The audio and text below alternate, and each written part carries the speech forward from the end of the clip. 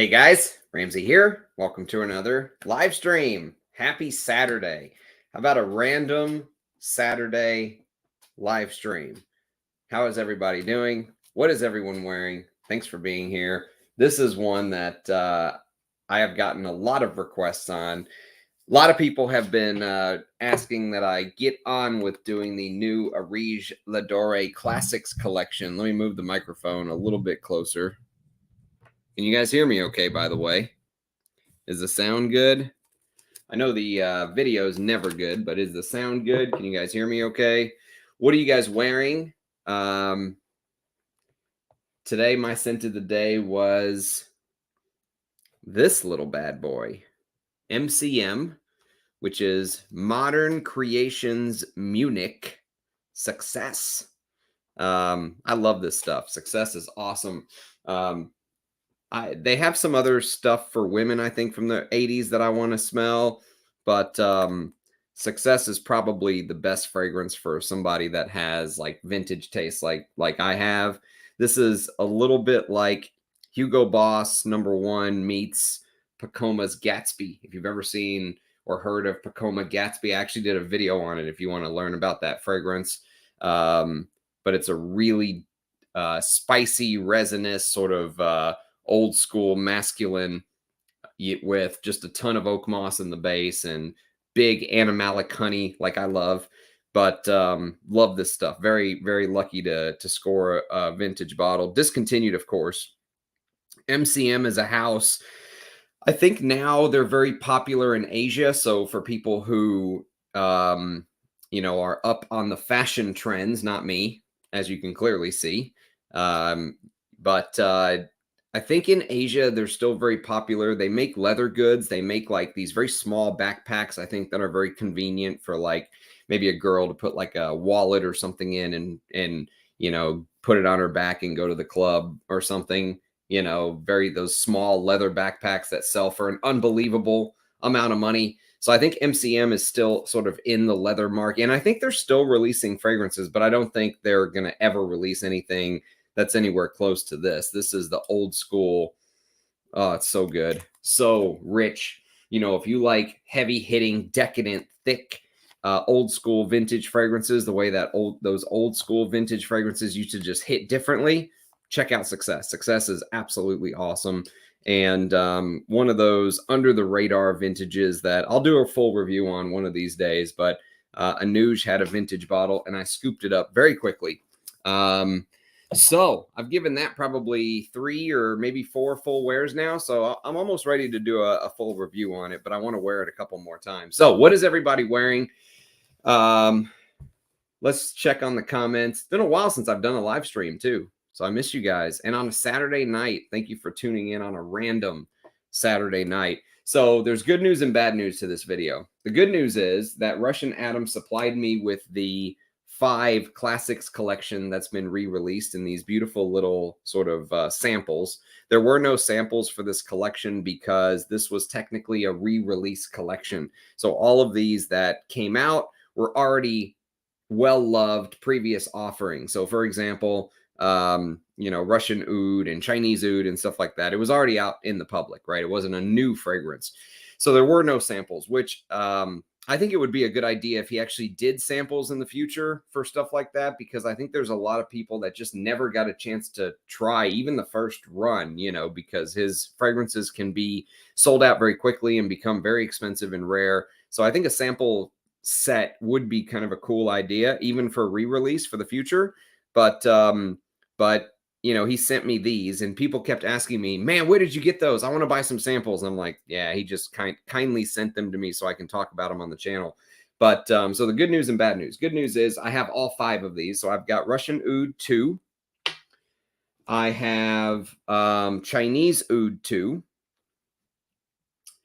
I have Walima II.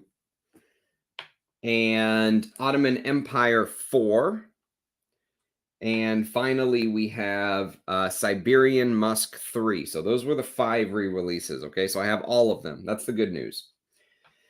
The bad news is that if you want me to sort of compare them to the originals, like here's a decant of Ottoman Empire Part 2. or the OG Russian Oud, which I do have a bottle of, but it's under lock and key. So I just grabbed a decant of the original Russian Oud. So if you want me to kind of compare them, I'm not going to have enough skin to do spray. I'm going to run out very quickly. So we'll probably have to use some blotters today. So that's why I say good news, bad news. So, but this will be fun. This will be good. And I did get a sneak peek of one. I haven't sniffed any of these except for Walima. I sniffed Walima already because that was actually the one fragrance from the bunch that I had never smelled. I don't have a bottle of Walima. And so I was just very curious as to what Walima was all about. So I did wear that to bed once, but all the others I've never smelled. So I have no clue what they're like.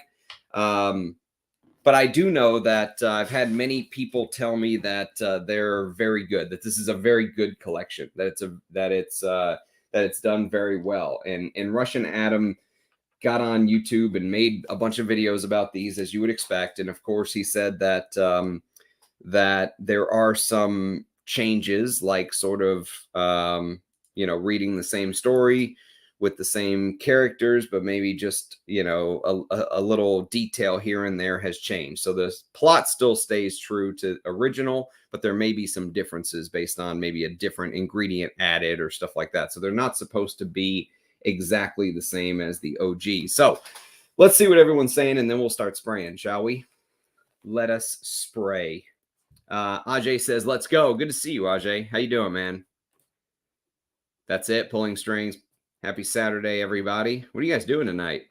What's going on? Just scored a bottle of Ottoman Empire III. I didn't want to pay the $800 eBay's been asking. Someone on Mercari finally had one up for pretty much the OG price.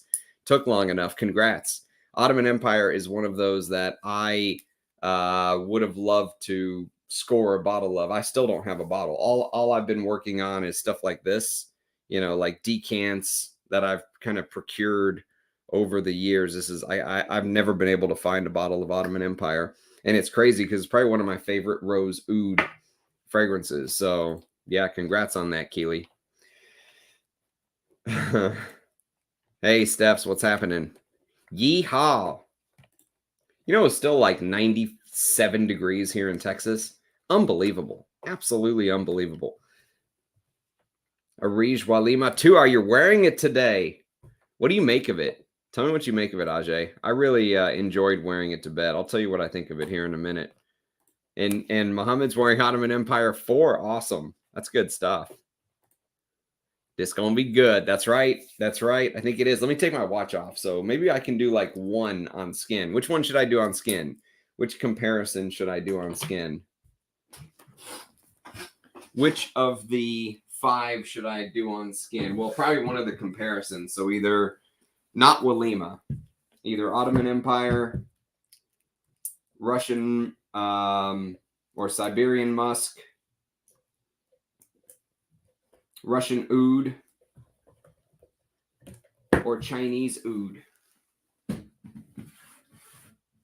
Let me grab my Chinese Oud real quick here so we can do a comparison. All right. I think we are all set.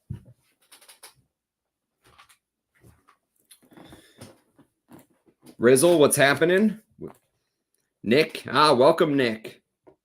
Welcome. I love the pick, by the way. That's a great pick with Alberto Mordias. Cartier Fraîcheur Menthe. I've never smelled that one, Stephs. Most awaited video. Yes, I've gotten a lot of requests. Hey, Dushan, what's happening? MDCI Cheaper Peloton. So good. It really is. It's full bottle worthy for sure. Oud Milano by Sherwood. I have not smelled that one, Ajay, but what do you make of it? I was not too impressed with Gentleman, I'll tell you that, but I really did like Czar, and I really liked the Vetiver Sherwood that I did the video on. Vetiver Royale, I think it was. Hey, Sean, what's happening? Diaghilev. Yes, well done, Dushan, well done. Sent to the day, night, likely tomorrow morning. Amouage Gold, yeah, just a ballroom perfume. Absolutely presidential stuff there, Sean. I love it. Just so this is not a top 10 coffee scent list. Thank you. Thank you, Ian. Silver Mountain Water, good stuff. The other day. Ah, yes. I'm glad you got a chance to see it. Thanks for watching. Loewe Essentia. That's good stuff, Justin. A very often neglected, discontinued. Is it discontinued? No, it's not discontinued. But it is reformulated, I hear, right? So the older bottles kind of look like this of Loewe. The newer ones kind of look like in the new standard packaging. That's something like this, I think. But yeah, Loewe definitely deserves a full review. Hey, Michael John, what's happening? I'm wearing Force Majeure, very underrated Jacques Bogart. I've heard you talk about that, I think, previously, but I've never smelled it. I've never smelled Force Majeure. That's the discontinued one, isn't it? I think that one's discontinued, if memory serves. I may wear Rochas Femme to bed. Can't go wrong with that, mate. Heaven Can Wait. I have not smelled that yet, Michael John. I have not, but I'm very much looking forward to it. I have a feeling it's going to be better than Uncut Gem. I don't know if this is the correct, but Wiki Parfum says Force Majeure was made by Gerard Anthony. Is that true? I need to look that up. Like the stream in front of your dream. It's an artisanal house from Malaysia. Luwak touches a coffee oud fragrance that is not sweet at all. Sounds like a gourmand, which really isn't. Nice. I'll have to check that out. I will have to check that out. Walimah II is like floral heaven. You know, it reminds me of a Bortnikov. I'll tell you that right now. It definitely reminds me of a Bortnikov. I think either you or someone else said that, and as soon as I smelled it, I was like, it absolutely does. Because Dmitry has a way with flowers. And this just, you know, there's a couple Russian Atom fragrances that use some very interesting floral touches. Plumeria Dore, I think, was one I reviewed recently. It's under my Areej playlist. Waiting for these to come back in stock. Yes, fingers crossed, mate. I don't know if they will be coming back in stock, but I sure hope so. I think they're sold out. It's not the new, not the very new one, but the mid-range bottle. Rochas Femme is the new one. Nice. Dushan.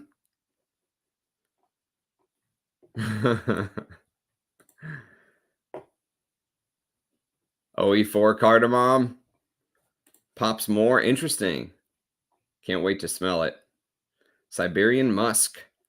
Extremely smooth. Well, let's start with Ottoman Empire. I guess if I'm going to put one on skin, although that one is, Ottoman Empire is a pretty strong fragrance. Maybe I should save that one for the end.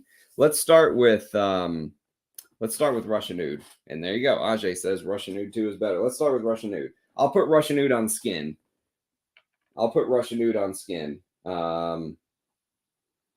Russian Oud. Okay, so we'll do the new one, Russian Oud II, on my left wrist, and Russian Oud will be right wrist.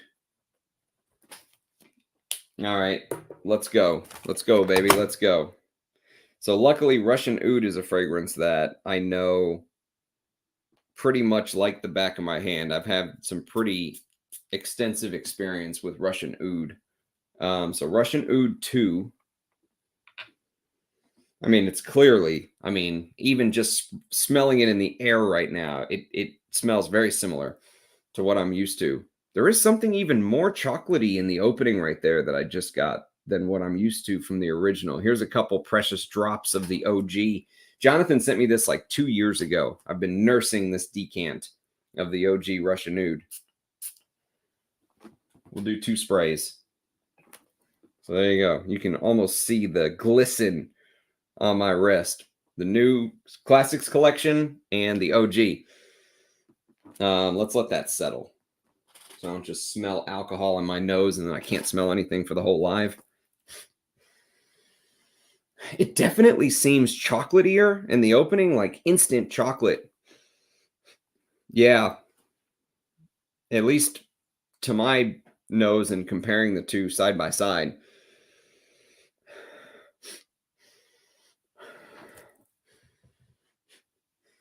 This definitely seems a little chocolatier. A little more of that chocolate comes right out from the gate in Russian Oud II.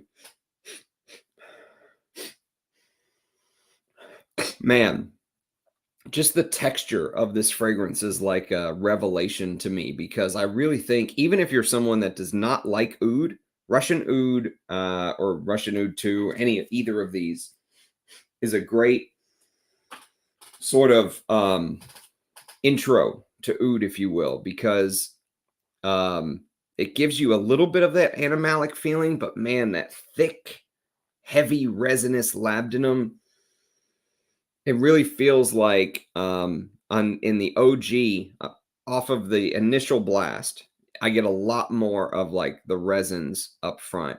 It feels like I'm smelling like a thicker labdanum creation in the OG, thicker ambers and stuff like that. There's probably other things in here, of course. I don't have the note list in front of me. Excuse me. I guess I should be prepared, but I never am. Let's see. Let's see if I can find it real quick. Russian Oud. Russian Oud. So yeah. Agarwood, of course, cacao pod. That's the chocolateness. That's the chocolatey cacao. Indian Oud, which usually is very like fermented. It has the wood chip, the fertilizer that most people associate with traditional oud, but you don't get that here. Now, one interesting thing that I do have, and we'll make this fun just because I happen to have it, and I've been on a little bit of kick of using these, because why have them if you can't use them, kind of thing.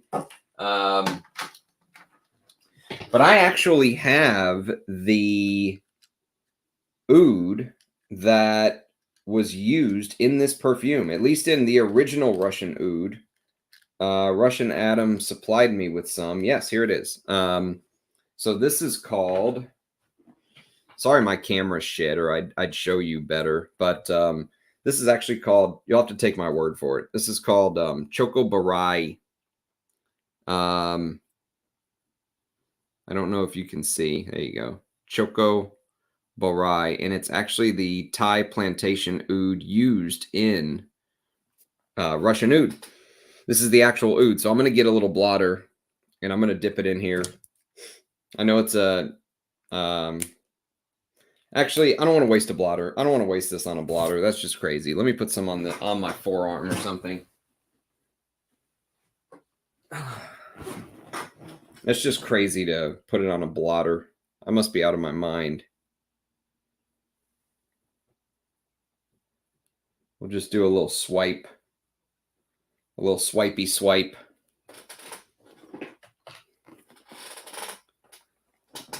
A real pleasure to get to do this. That is a really smooth plantation oud. And even the oud itself feels chocolatey to some extent. It still has a little bit of the, paint thinner, woody bit that you expect to get from like a real oud. But from memory, as this dries, the oud itself also has a little bit of a chocolatey touch. But it tends to come out, I think, more later in the original Russian Oud, and in the new one, that chocolatey bit is there from the beginning. He definitely, I think, focused on the chocolatiness of Russian Oud II in round 2, to my nose. This may be even a little bit more of a even a safer wear for a beginner, I think, because that chocolate blast is there in the beginning, where I think you get a little bit more of the resins, and the cacao starts to come out later into the dry down. But they both have that. I mean, it's unmistakably Russian Oud. There's absolutely no doubt about that. Even as soon as I sprayed it in the air, I could smell it. I could make it out for what it was for Russian Oud. But to my nose, that it's almost like you took Russian Oud and just powdered it, like powdery chocolate on top. It just pops more. You know what I mean? You don't have to go searching for it as much. But that lava-like aspect of it, that thickness, that lava flowing down, if you will, that really became a little bit of an Areej DNA. He used that very similar setup in Oud II. I'm loving Oud II at the moment. It's one of my favorite Areej Dore perfumes I don't own. I really want a bottle of Oud II because it's sort of this Russian Oud DNA, but with more castoreum and more animalics and stuff like that. Whereas this is, I think, just a little more to the ambery, resinous side. I think on first spray, I'm going to have to disagree with you, Ajay. I don't think Russian Oud II is better than the OG on first blast. Now, again, impossible to sit and break it down 8-10 hours in because this is a very long fragrance from memory. At least the original is.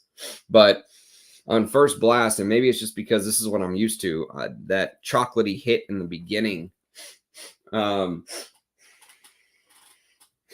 just seems very pronounced, at least side by side. Maybe if I didn't have this right here, the original right here, I wouldn't notice it as much. But because I have the original here, you know,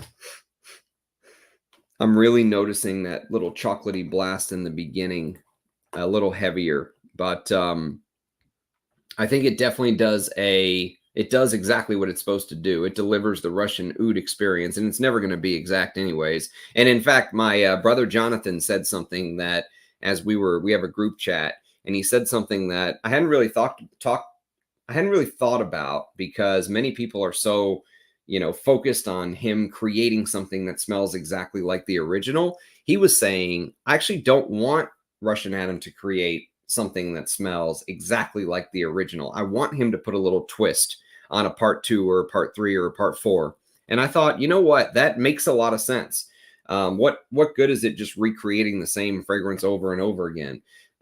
So to have these little twists and turns and do something different, I think makes it even more of an art form. And for the collectors out there, you get something different. If you already have Russian Oud, maybe you want Russian Oud II to do something a little different. You can wear them for different occasions or whatever it is. Maybe you crave that extra chocolatiness from time to time, or maybe you crave the extra resins and labdanum and Peru balsam or whatever he's using there from time to time. So it's a good point. It's a very good point. Very well taken. Just picked up my second bottle from the brand today, and lo and behold, glad to be here. Welcome, AD20. Glad to have you. Glad to have you indeed. Oud Milano Wild Indonesian Oud Oil. I got 3 grams. It's magical, not barnyard animalic, but more spicy, woody. Is that the, that's the Sherwood, right? Yes, I would love to smell his Ouds one day. Jubilation 25, original non-mag cap. Best blackberry note ever. Agreed. I'm going to review that. That's going to be a Hall of Fame review one of these days. Bravo, sir, indeed. Sir Ram, I wore my vintage bottle of something that smells like Old Spice for the Tennessee football game today. I don't even know what the name of the stuff is, but it's like Old Spice, but leathery. I love it. I have a leather Old Spice. Did I ever tell you that, Corey? Did I ever tell you that I actually have a Old Spice leather? This stuff's awesome. I need to review this one day as well. This is actually a very special fragrance to me personally, because this was my grandfather's perfume. He actually bought this for my father, who ended up giving it to me. And so this is an old Schulten bottle from the 80s. I don't know if you can see the Schulten moniker down there, but it is right there, I believe. Yeah, just a terrible camera. But yeah, it's a Schulten. Procter & Gamble never made, they discontinued this by the time Procter & Gamble made it. So yeah, if you like Old Spice and you want to take a flyer, if you find one of those, they're hard to find. Many times when I've looked, I see the aftershave, but finding the cologne bottle is going to be a serious task. But it is very, very interesting. Old Spice with leather. Essentia is amazing. Yes, it really is. If you're a fan of things like Polo Green, Essentia is very complex. Oh man, the pure oud oil is really something. New York Intense, I love it. That is deserved a review as well one of these days. Please try Gardenia plus Musk Lave combo. Okay. Great scent. How are you? Chinese Oud II floral quality is like a whole nother level. Very high quality oils. Interesting. Russian Oud got more chocolatey and oudy. Yes, I agree with that. It did seem definitely the chocolate when I first sprayed. Now I'm getting more and more of the oud as well. It did get more chocolatey and oudy. You're right. You're absolutely right.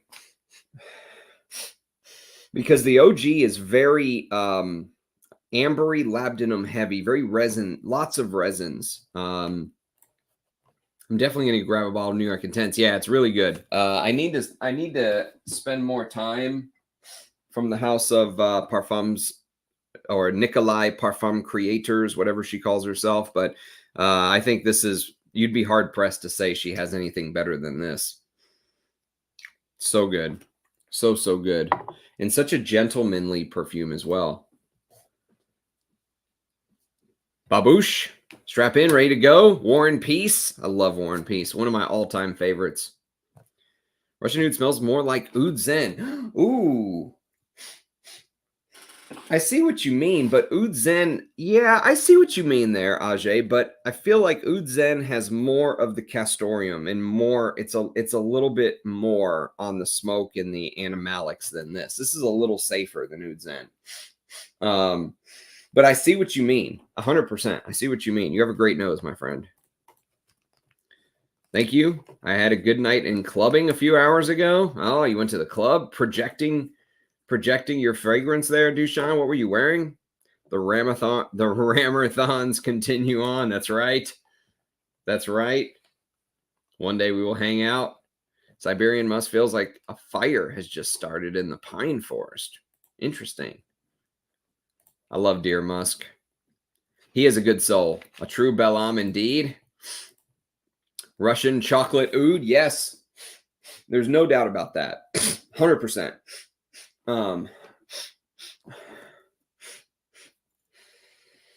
Yeah, it's really good. I'm starting to get more of the smoky elements too, which is probably from the oud, like you said, Mohammed, coming out.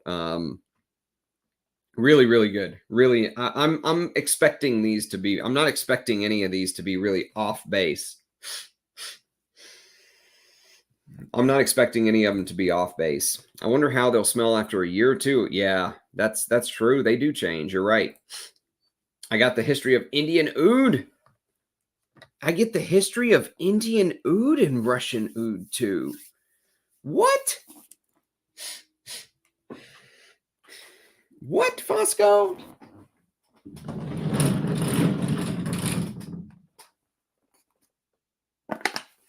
You get the history of Indian Oud. I won't name any names, but I will say that somebody told me that they get...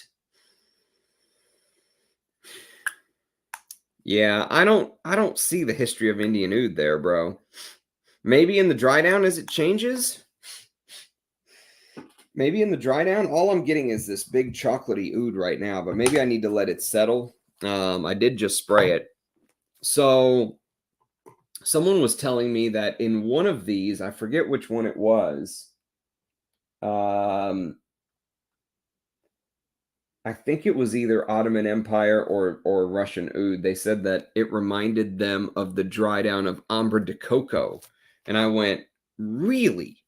I only have a sample of that because I never actually bought any bottles from that release that he did, that particular collection. But I have samples of all of them, so I need to go back and revisit Ambre de Coco and see. But this is good. I mean, this is a good first. This is a good first. Russian Oud II is this is a good one. How goes it? It's been a while. Glad to catch your ALD lives. Yes, I'm glad to have you here, Interference. Thank you. Yes, sir. It's on my wish list. It's good stuff. I think his newer releases has more naturals compared to previous releases. Don't know for sure. Maybe the reason the performance differs. Maybe. Absolutely.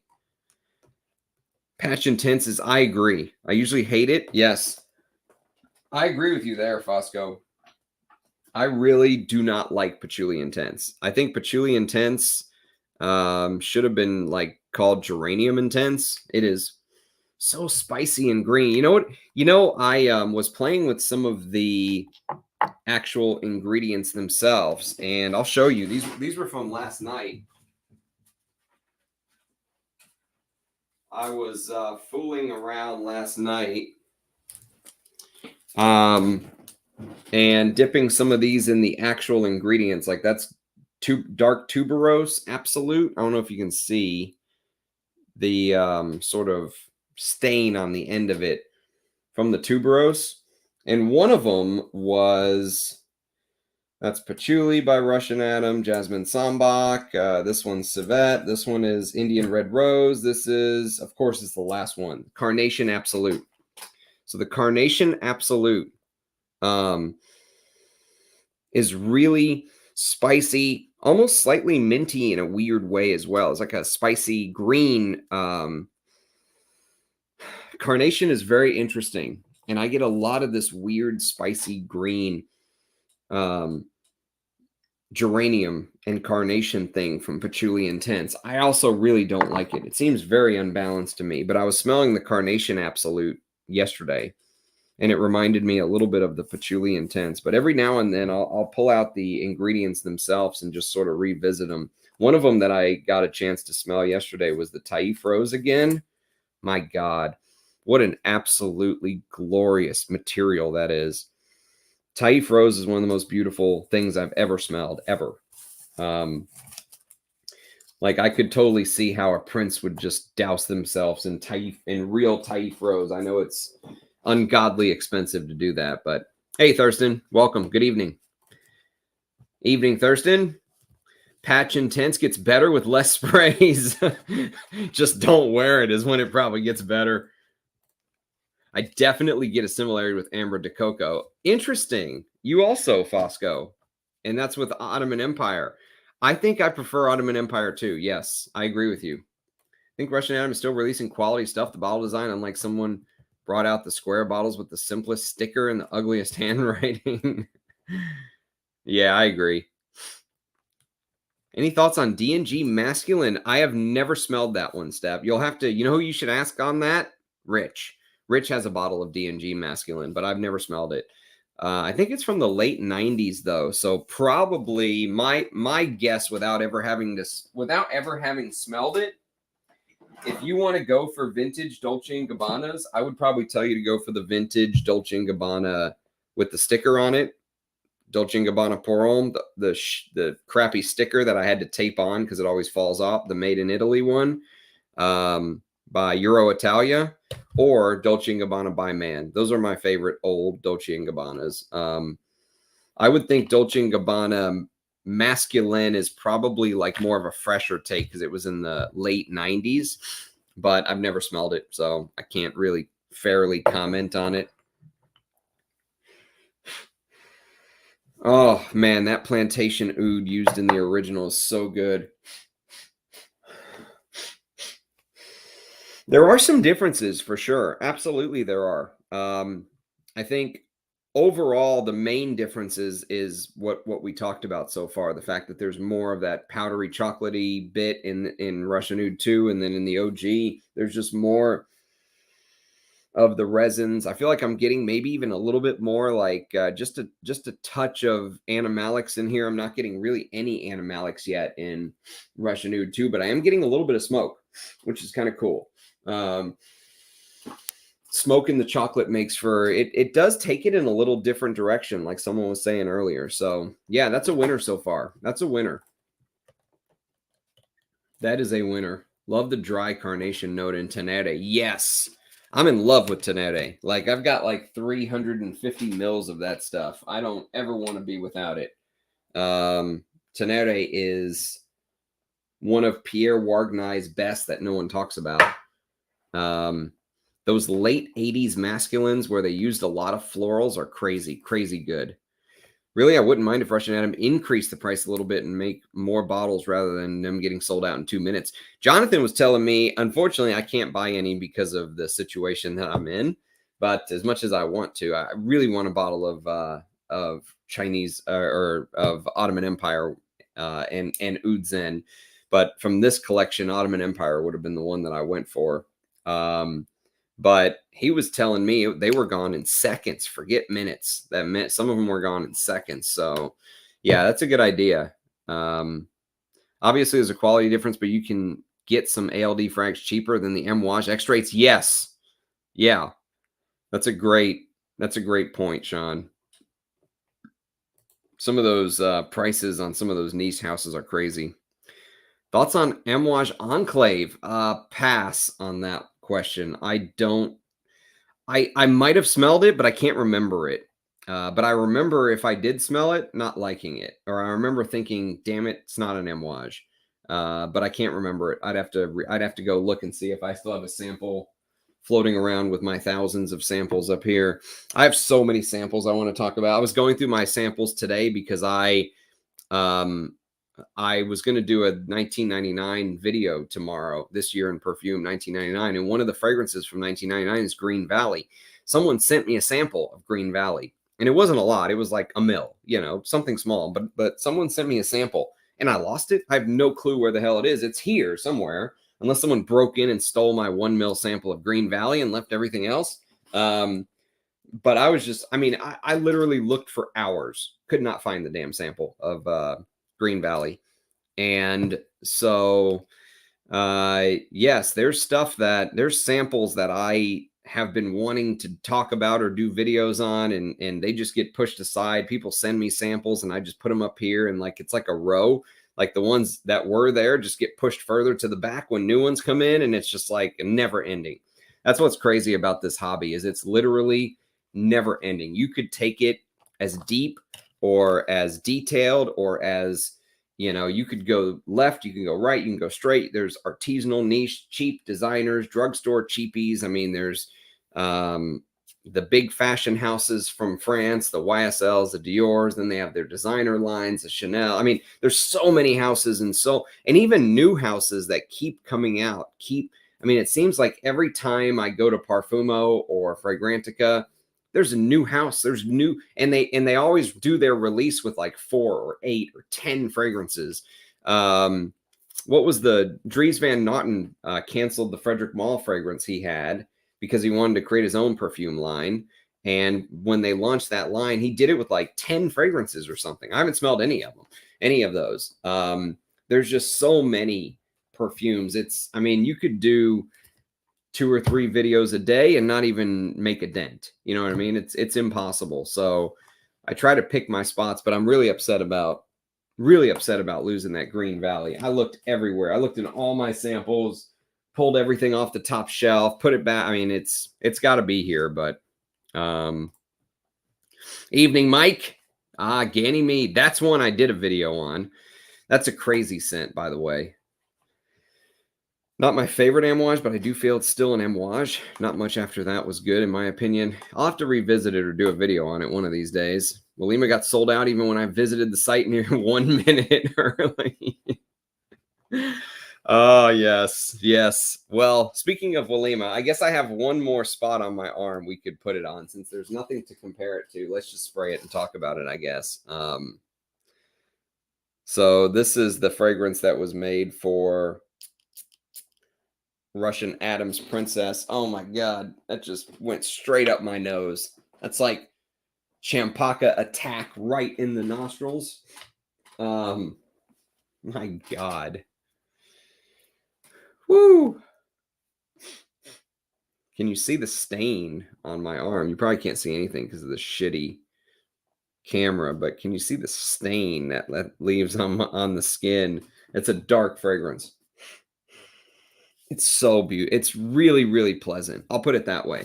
To me, it's very, very pleasant. And I got a lot of Champaka. There's some Bortnikov fragrances that use a beautiful Champaka that I did a review of called L'Exquise, I believe it was. Don't quote me on that, but I think it's called L'Exquise. And I remember that being a little bit spicier, but that was a beautiful Champaka flower fragrance as well. More like chocolatey cacao and stuff like that. whereas Walima really focused on the champaca, magnolia, and actually there might be some cacao in here as well. I think there might be some cacao in here as well, but I don't think it's as pronounced as the Bortnikov fragrance. And then, of course, so the way I view Walima is almost like taking a couple ingredients that Russian Adam's beautiful wife would love, and taking a couple ingredients that Russian Adam would love and merging them together. And so, of course, Russian Adam always wants the heavier animalic, tobacco, castoreum, oud, those kind of fragrance notes, right? And his wife wants the magnolia, champaca, maybe cinnamon or something, along those lines, and merging the two worlds together, right? And so, to me, it just doesn't. If I smelled this and had a chance to buy a bottle, I probably wouldn't buy this one. This is one I would skip.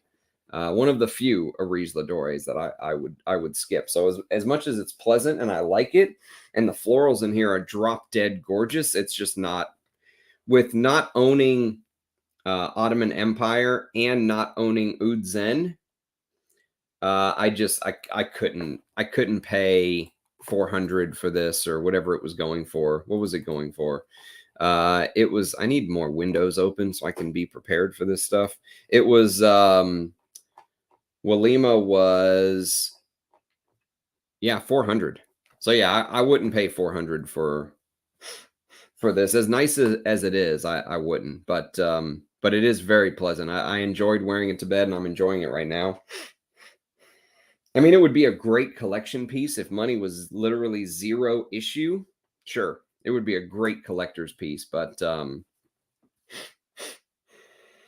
yeah, this is one of those that there are just other Areej, I feel like, that speak to my illness of always wanting more oud, more castoreum, more animalics, richer, deeper, darker, that kind of thing. This this really plays with those florals in the top. This would be amazing on a woman. Absolutely amazing on a woman that had like this in a woman in authority. Oh my God, she would own the room wearing this. Seriously. Jonathan, what's up, man? Smelling the good stuff. That's right. Smelling the good stuff. What did you end up getting from this collection? Remind me.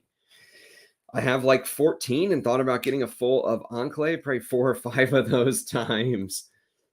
Unbelievable how fast Walima got sold out. That's crazy. Do you think Russian Adam is behind the Anonim brand? I'm curious to try them.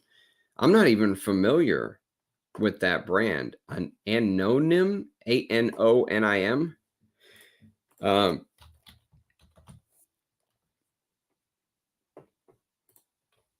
Why would you think he's behind this brand?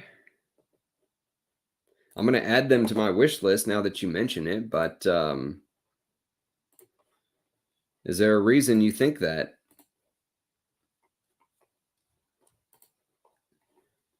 I've never even heard of these. Golden ambergris, silver ambergris.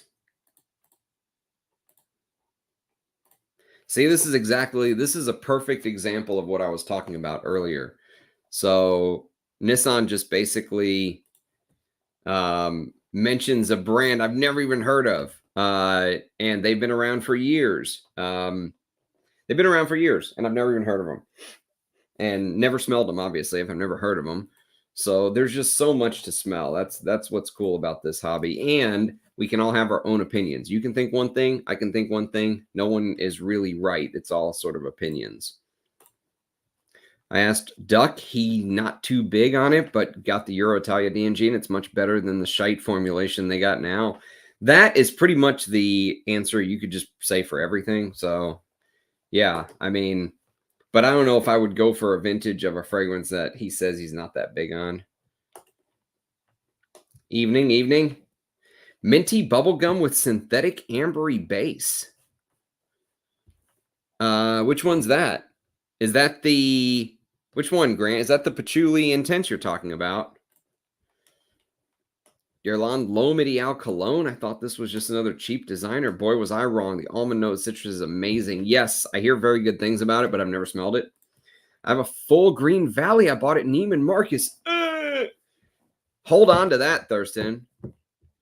Or send it to your favorite YouTube reviewer. I'll send you my P.O. box. If you ever feel like being generous. But no, I do have a sample floating around somewhere. I just have to find the damn thing. I have to tear this whole place apart again looking for it.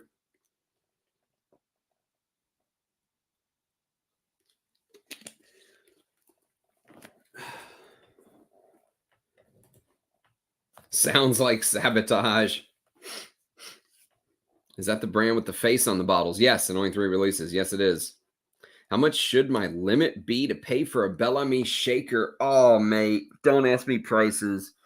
I hate it when people ask me prices because price is very subjective, but I got very lucky. I got a 200 ml sealed shaker bottle. Now, it is a splash, but I decant it. I don't care. But I got it from my buddy from Italy. God, what was his name? It's been a while since I've talked about him. If you watched my Oud Cole video, you saw the unboxing that I did from him. His name was Antonio from Italy. This is back when they were allowing the Italians to ship to the United States. I don't think they're doing that. I think they're causing problems for them doing the shipping now across the ocean to the US. But I was able to get a sealed 200 ml shaker bottle for like $300. Now I don't think you can get 100 ml for that. So I don't ask me price. I don't know what's fair. I mean, but the other thing is I really like the first reformulation. So I wouldn't pay big money for the shaker. I would just go for whichever you can get a good deal on, the shaker or the first reformulation. To me, they're both. In fact, part of me almost prefers the first reformulation, but they're both amazing. Speaking of amazing, Rachel, good to see you, my dear. Hope you are doing well. Walima was gone in a minute, but it came back at 8 minutes. I only had a bit of time in the beginning, so I had to give up on it after a minute or two. Damn, that's crazy. I second that. Everything was sold out. Oh, shit. So you and me both got nothing, Rachel. So I feel your pain. I feel your pain. By the time I put in my credit card info, it was gone.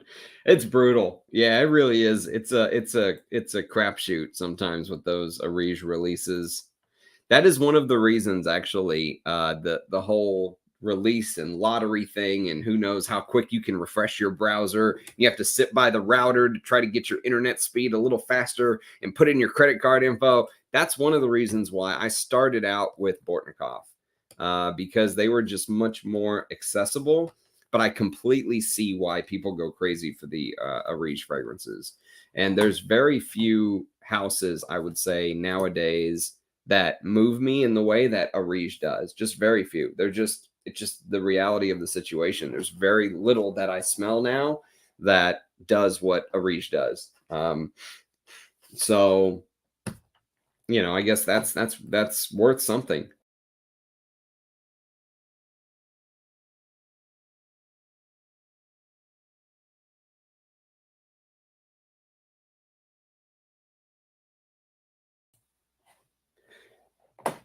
Just keeping you guys on your toes. Am I still? I think I'm still on. All right. Sorry about that. Apologies. Where was I? Interference was able to get Russian Oud II and Chinese Oud II. Nice. 400. To be honest, I don't get any tobacco with Walima II. It's just a pleasant floral. It is just a pleasant floral. Yes. I mean, I could see the outlines of a tobacco. I could, if you said there's tobacco in here, I wouldn't argue with you over that. But is it tobacco like this is tobacco?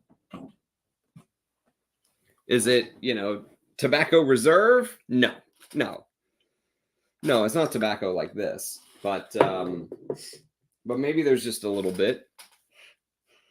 But the florals are beautiful. The champaka is slightly milky, slightly. See, champaka can give off slightly hay vibes as well, like this very dry yellow hay color when I smell champaka, the flower. And tobacco also gives off that hay, maybe a little bit of like tonka, kumarin like feel. So that's why I say I could see tobacco being in here. I'm halfway through my Indolus, which is one of my favorite florals, really. Indolus was a crazy fragrance. I have a review on that. No one watched it. It's maybe one of my lowest video views, which I don't really give a shit about because I don't put the videos up for the views. But I think that for that, usually by like 6 hours in, my videos have had 250 views. That thing hasn't had 250 views in 6 months. No one cares about Indolus, but I enjoyed getting to know it. But that's another one like Walima. I think I would skip. I would skip. Yeah, I would skip. I would skip Indolus and I would skip Walima and go for the bigger hitters that I'm missing from the collection. Maybe the biggest hitter that I'm still hunting for is, like I said, Ottoman Empire, Oud II, and I would love another bottle of Antiquity. I think I have a partial. I have a partial of Antiquity, I believe. But I would love more. I got like maybe 20 or 30 mils. I'd love a full bottle just to be set on juice, because Antiquity is one of my favorite.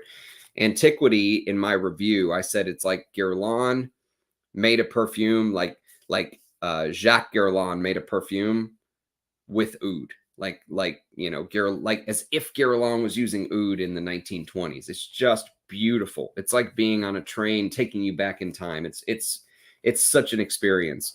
Antiquity made me go, holy shit, like, or this, no wonder people go crazy for the House of Areej. Like that fragrance really moves me.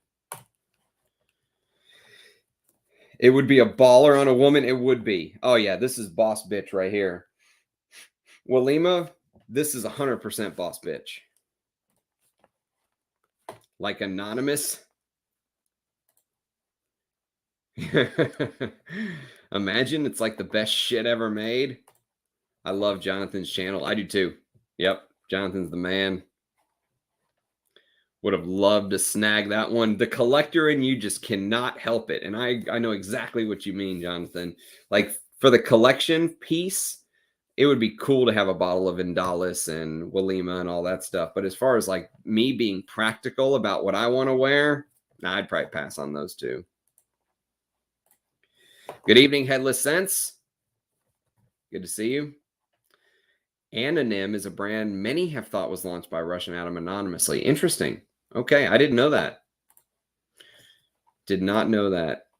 Happy to share with you. Thank you. It's very kind of you. If you shoot me an email, I'll send you a P.O. box. My emails are in like the description of all of my old videos. You can just go to any of them and you'll find it. Sold interference. The minty bubblegum scent is Enclave. Enclave. Okay. Yeah. I don't remember if I ever smelled that, or if I did, maybe it was in passing. Can't remember it. But I thought I smelled, was that the one that was released with another scent, like around the same time? There was Enclave and there was another one, right? I think I smelled them both in passing at one of the department stores in the mall and was not impressed with either. What's happening? I am vintage. Interesting. Someone please describe Ottoman Empire IV. I do not understand the sentiment. Well, Ottoman Empire is basically a rose oud, but a big rose oud with other things going on. And Russian Oud broke it down to me brilliantly, and I have it saved in my WhatsApp messages. But I don't want to play it for you guys because I don't know what else he said. And plus, it would take me a while to find it. I wish I would have been prepared. I could have listened to that beforehand, but I'll just compare it to what else I'm smelling in the old Russian or Ottoman Empire. Actually, let's do that. Let's spray these because Ottoman Empire is a big fragrance. So let's give it some time to settle down. I've got Ottoman Empire II right here. So we'll do OE2.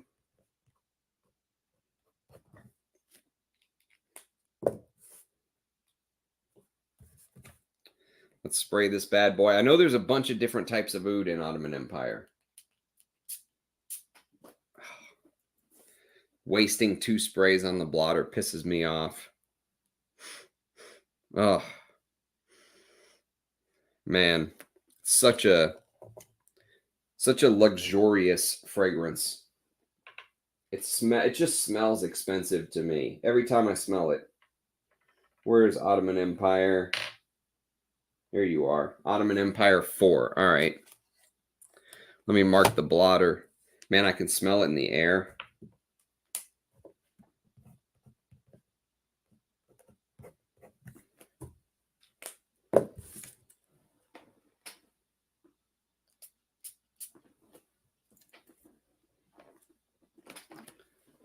All right. Let me just give it an initial whiff here. Man, that is very, very close on first sniff. Did someone say that the new Ottoman Empire is spicier in some way? Maybe like some increased nutmeg or something. What'd they say? Cinnamon, nutmeg, something like that. There's definitely something spicier about it. Maybe something cooler.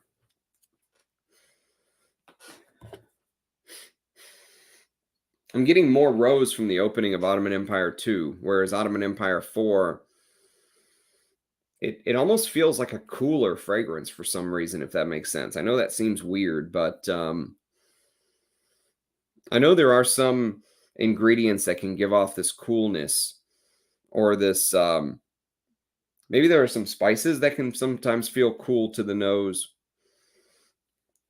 but they are very, very close. That's going to be really hard. I mean, imagine something like 98% similar and you're trying to pick out the 2% difference. Impossible.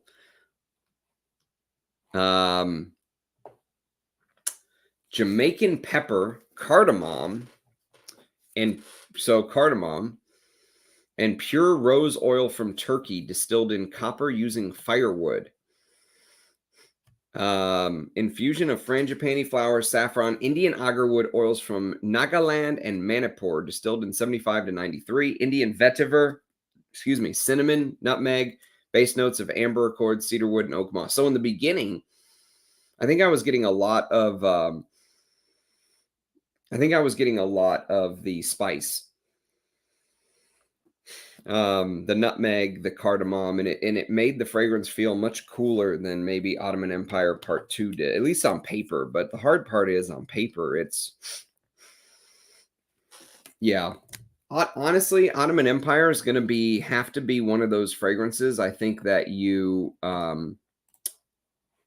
I think Ottoman Empire is going to have to be one of those fragrances that you like live with. You know, you wear it many times back to back to back and get to know it. Good to see you too, Rachel. Ton of spices and myrrh. Yeah, I could see a myrrh touch to it for sure. Yeah. Almost myrrh adds this like warmth to the fragrance, right? But also many times it can add this weird sort of licorice like thing. I don't get the weird licorice thing, but I do get the warmth that myrrh adds to it. Almost like the rose that's distilled under the firewood, like you're smelling the firewood itself burning with the rose distilling and then the oud coming in underneath. It's a beautiful rose oud. I mean, I think it's one of the best rose ouds out there personally. Probably one of the best rose ouds that I don't have in my collection. And I was talking about rose ouds recently because I did a review of Dusita's Oud Infini. And I just put that up yesterday. And Oud Infini is a very challenging rose oud because there's a lot of civet and musks and stuff in the opening. And it's very, some say fecal, some say, that it has like a pissy animalic quality to it. And so when you think about how much you would have to spend on a bottle like Oud Infini, This blows it away. For 250, I would take this over something like Oud Infini or Oud Palau, or, you know, this completely blows all that away, in my opinion. So the rose just feels so natural. And you know what's crazy is some of the things I was smelling yesterday, like for example, I was smelling the difference between the Taif rose and the Indian red rose. Okay, now this is late. This is like 24 hours later.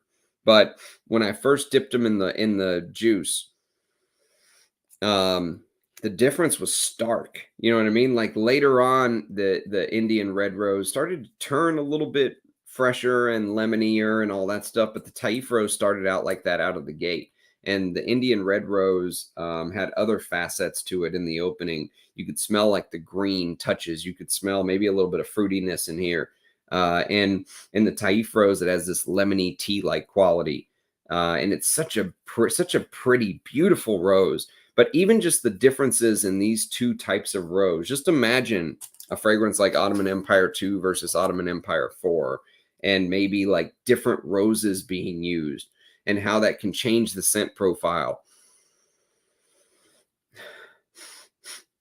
I think you're spot on. I think it was Ajay that said that Ottoman Empire IV feels spicier. It absolutely does. It feels cooler and spicier in the opening. And but again, just like Russian Oud, let's check in on Russian Oud. Yeah, just like Russian Oud, you could tell instantly it was Ottoman Empire. So little tweaks here and there, but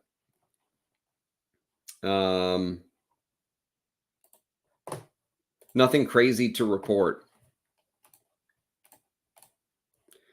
Walima was on Lucky Scent for 2 years, and I kept passing on it. I waited a bit on Indolus too, also, but eventually pulled the trigger. Nice. Raiders Black Hole tomorrow. I wish I was there. I was like crazy obsessed with this release. Full set opened at 2. My order was completed at 32 seconds. I regret not buying the full set. Yeah, that would have been cool to have. Chose to remain anonymous. Brandon from Therapeutic Fragrance made a video where he said he would put all his money on it being Russian Adam. I really, really like Brandon. Really like Brandon. I wish he would do a comeback. I would be honored to have him on the channel. Brandon was cool. Brandon was a cool dude. Tobacco Reserve is brilliant. I sprayed it on at night because you told me you were wearing it as your scent of the day or scent of the night, and I was blown away. I mean, I love this fragrance. I knew I loved this fragrance. You can see the little bit of a dent I put in here wearing it, so I know it pretty well.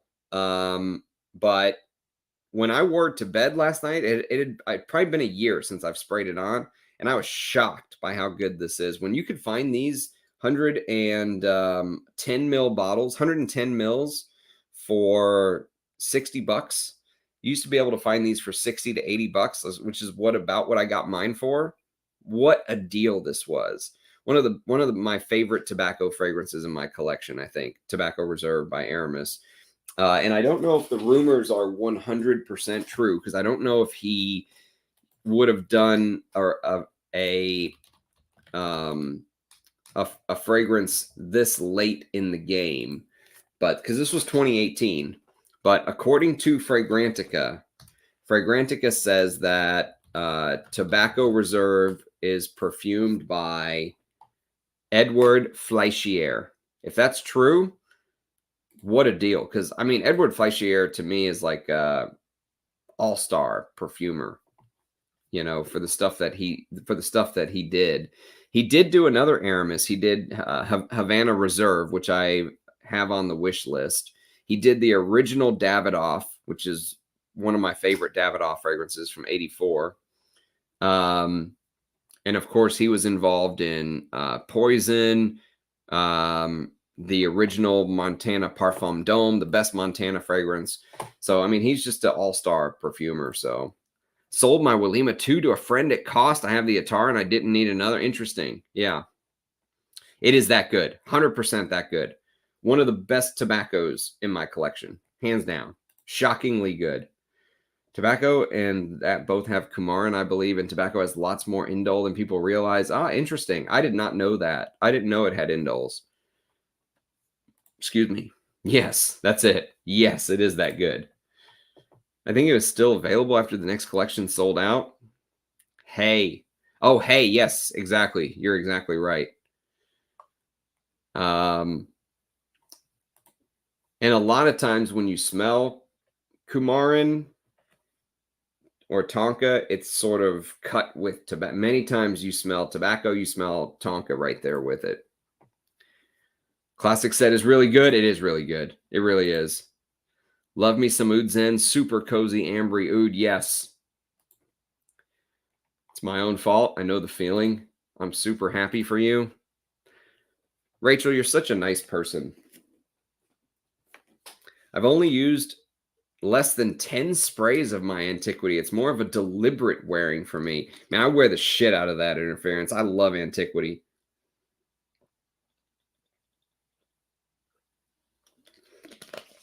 Could you imagine Rich Mitch having to drink these little baby bottles of water? He would just, his room would just like be filled up with just these little baby bottles as he drank them and chugged them and chunked them to the side. I loved Walima so much. It's such a nice, it's a pretty fragrance is the way I would describe it. It's pretty. It's the florals pop. It's beautiful. The florals smell extremely high quality. It's just not, it's not something I would want to wear all the time. Like, would I wear it if I had a bottle? Yes. Would I pay $400 for a bottle? No. Yes, it is. I love Eau Sauvage Parfum. I have the 2012. I'm going to review it one of these days. It's fantastic. Baby powder is usually scented with rose, violet, iris, and musk. Interesting. I'm a boss bitch. You're a boss bitch, Ajay. Enclave and Boundless. Was it Boundless? Are you sure it was Boundless? I don't think it was Boundless, Mohammed. I think it was a different Amouage. Let me go to the damn Amouage thing, and I'll tell you what I think it was. All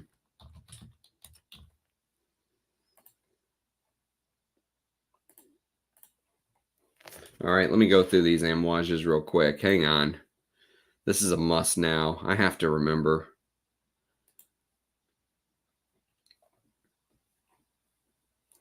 Okay, Enclave and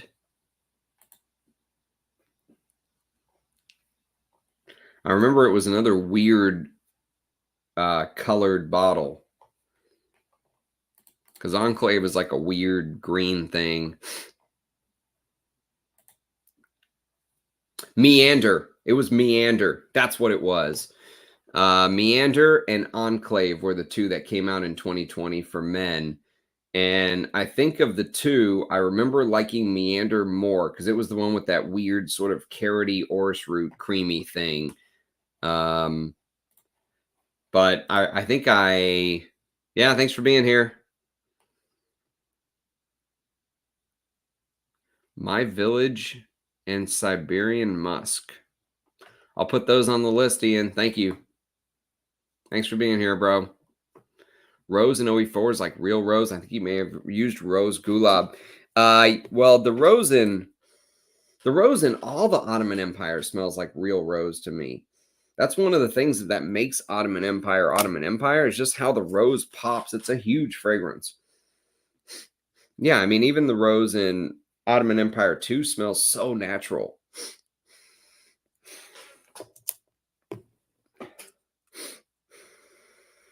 Actually, I think the rose in Ottoman Empire II smells even more natural to me on paper.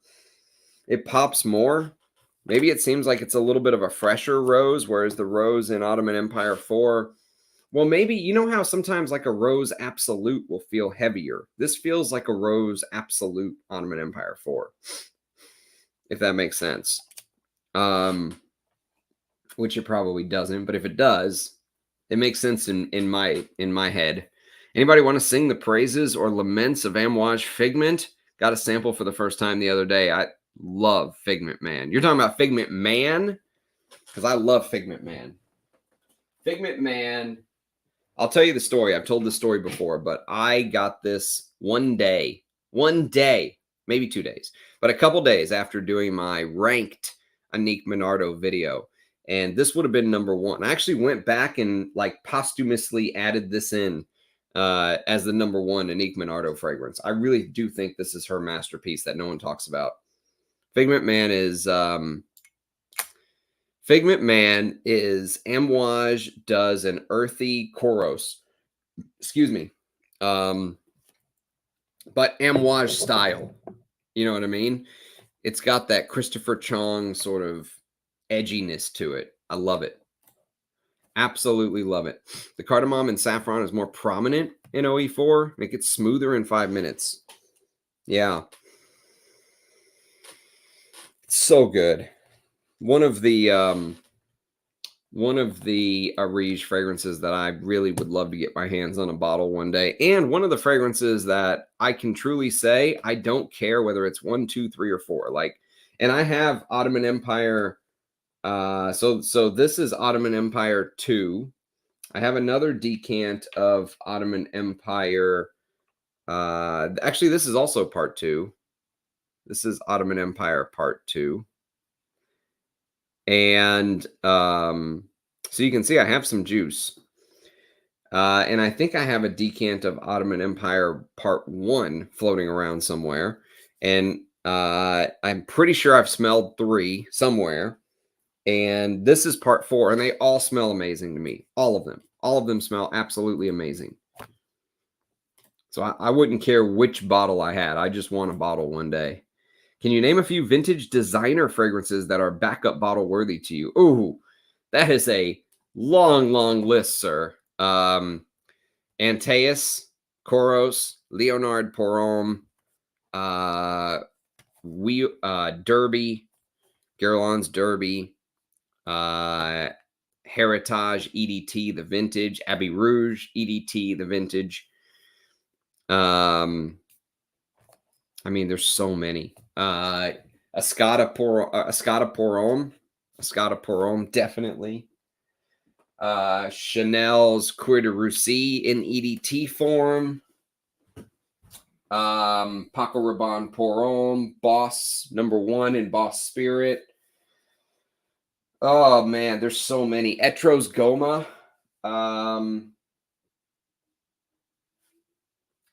Oh, Dior Jules. Oh, definitely this. And I have a backup bottle coming. It's been coming like for the last year, but it's gonna get here one of these days. Patou Porom and Patou Porom Privé. I mean, there's so many. So many. Shalimar, vintage, Val de Nuit in X-ray form.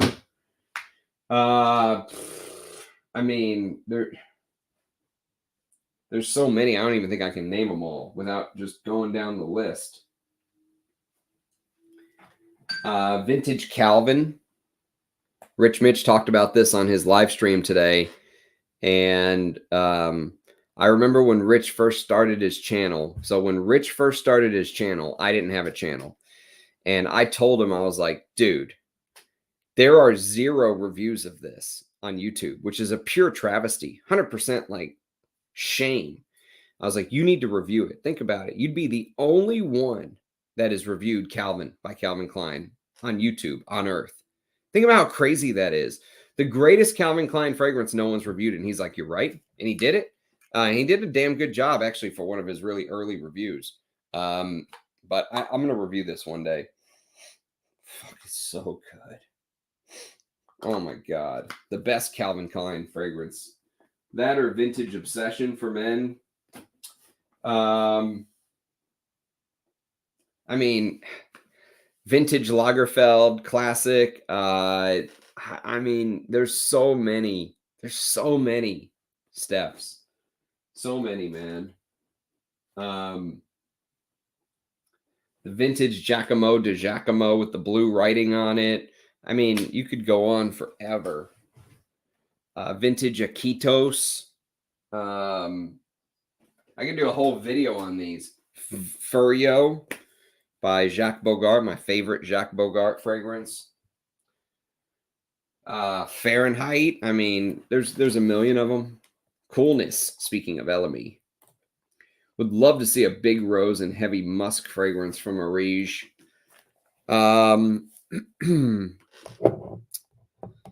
A big rose and heavy musk. Well, I think the next one we're going to talk about is probably one of the best musk fragrances of all time, Siberian musk. But there's no rose in it, unfortunately. But does Russian musk have any? No, Russian musk doesn't. Oh, yeah, Russian musk has some rose in it. But I don't think it's a big rose. That's the thing. Yes, that's a good point, Ajay. Thank you. I need to give you a raise, Ajay. Depending on the kind of rose, it could have high eugenol content. That's a good point. Yeah. Yeah, very well could. It's definitely warmed up. It's definitely warmed up. They smell so similar. It literally smells exactly the way he describes it, that he's using the exact same formula in the book, right? But he is maybe using like different ingredients to fulfill that formula, right? So maybe the rose is a little bit different, maybe the saffron's from a different batch, maybe the oud is from a different, distillation, but the, formula smells the same. Got that, but it a bit amber heavy. In Ottoman Empire.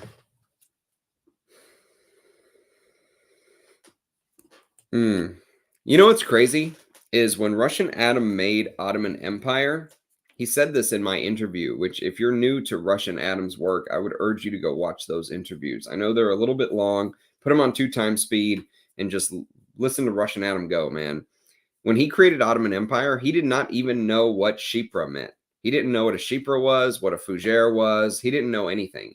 He just took some ingredients and started sort of blending them because he was distilling stuff already, but he wanted to sort of take it to the next level. Wow. I mean, what a creation for someone who wasn't trained as a perfumer to create that. Very, very impressive stuff. Very impressive stuff, in my opinion. And of course, as it dries down, at least from my memory from the older ones, more and more of that sandalwood comes out. And the sandalwood there's definitely myrrh in there and ambers and stuff like that. But even Ottoman Empire, for somebody who is worried about sort of animalic oud fragrances, the oud in here, the different types of oud from the different regions of Assam I listed earlier, they don't come across as like a scary animalic oud. So actually both Russian Oud with its chocolatey, ambery facets, and Ottoman Empire with the big rose and flowers and spices and stuff like that, and the sandalwood dry down and all that would be great beginner oud fragrances, in my opinion. Where did he go? Therapeutic fragrances. I think he just, I don't know. Maybe he got bored of, he lost interest because, man, go watch his old videos. He was like gung ho. I mean, he was like into it, man, like seriously into it. The original Davidoff is fire. Yes, it is. And, Davidoff used to sell cigars, right? So when you wear the original Davidoff, think about there being a little bit of a tobacco cigar-like feel. Even though there isn't a tobacco note listed, think about tobacco when you wear it. And it adds even another dimension to it. Yeah, Aramis Tobacco Reserve for sure. My wife may have gotten me a bottle of Russian Oud for my birthday. We'll see. Oh, bullshit. You better ask her right now. Be like, look, I know it's for my birthday. No fucking around here. Did you get me a bottle of Russian Oud? Rachel's the best lady in the community. Yeah, she's the first lady. Julian Rasconnay did Enclave. Ah, okay. I do like Julian Rasconnay's work. Meander, that was it. Maybe tried to smell Boss Bottled through my lens. Ever watch MST3K? Ever see Space Mutiny? Boss Bottles is the scent of that movie. I will smell it again, Joe. I'll smell it again. I promise. Yes, Meander. An hour in, we'll have to watch this from the start. Yes, we just did some comparisons. King Kong, you haven't missed much. Do you have a favorite rose fragrance? Man, I do. But if I say something, Ajay is going to start saying he'll outbid me for it if anyone has a bottle. My favorite rose fragrance of all time, and I know I've been talking about all these Areej Dore perfumes that I want, but honestly, if you said Ramsey, you can have one Areej Dore fragrance right now. One. You get to pick. I would pick this. Malik Al Taif. Fucking, oh my fucking God, man. Like, oh, fuck. It is so fucking good. It's so fucking good. Like, the best rose fragrance I've ever smelled. Can't find it. Impossible. Can't find it. And now, even if I did find it, I couldn't buy it. So, it's a sad day at the Ram household, but we shall prevail. But Malik Al Taif, I think, is a masterpiece. I think it's the greatest rose fragrance. So, you know, my three Areej Dores, I don't like talking about Malik Al Taif because then everyone else is going to go pay $1,000, $2,000 a bottle. I'll never be able to get it. But yeah, Malik Al Taif is my unicorn rose. Chinese Oud uses higher quality florals. Let me spray. Let's do the Chinese Oud sprays. So we've got Chinese Oud, which I kind of know like the back of my hand, so I don't think I need to spray it, but I'm gonna. And Chinese Oud II. All right, so let's spray Chinese Oud, shall we?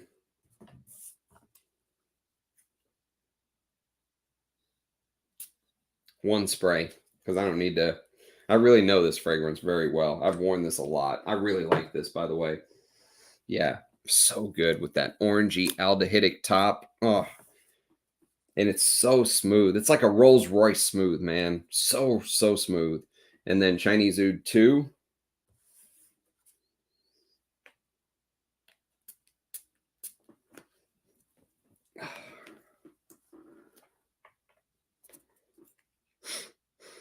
Oh, that is stinkier from the beginning.